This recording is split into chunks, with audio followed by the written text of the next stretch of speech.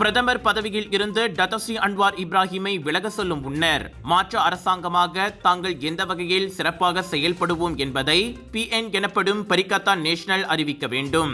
மக்கள் பிரச்சனையையும் எப்படி தீர்க்கப் போகிறார்கள் என்பதை அவர்கள் தெளிவாக எடுத்துரைக்க வேண்டும் என PSM கட்சியின் தலைவர் டாக்டர் ஜெயக்குமார் தேவராஜ் கூறினார். விலைவாசி உயர்வு, இளைஞர்கள் மத்தியில் வேலையில்லா திண்டாட்டம், ஓய்வூதியம் பெறுவோர் மத்தியில் வறுமை, அரசாங்க மருத்துவமனைகளில் நிபுணர்களுக்கு பற்றாக்குறை, சமூக நல நடவடிக்கைகளுக்கு போதிய நிதி ஒதுக்கீடு இல்லாமை போன்றவையே மலேசியர்கள் தற்போது எதிர்நோக்கும் முக்கிய பிரச்சனைகளாகும் என்றார் அவர்.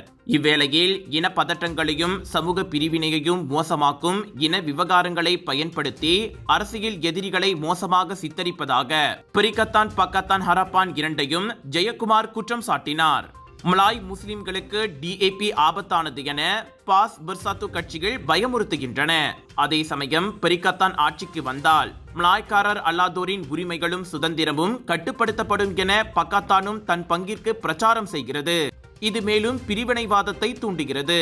எனவே அரசியல்வாதிகள் உண்மையில் யதார்த்த அடிப்படையிலான பகுப்பாய்வை வழங்கவும் மலேசியாவின் பிரச்சனைகளை தீர்க்க ஒத்துழைக்கவும் அவர் வலியுறுத்தினார். இருமுறை சுங்கை சிப்போர்ட் நாடாளுமன்ற உறுப்பினருமான ஜெயக்குமார் அறிக்கை வாயிலாக இதனை தெரிவித்தார். கடந்த மாதம் முன்னாள் பிரதமர் தான் ஸ்ரீ முஹிடின் யாசினுடன் சந்திப்பு நடத்திய பிறகு பரிகத்தானிலோ அல்லது வேறு கூட்டணியிலோ இணையப் போவதாக வெளியான தகவலை PSM முன்னதாக மறுத்ததும் குறிப்பிடத்தக்கது.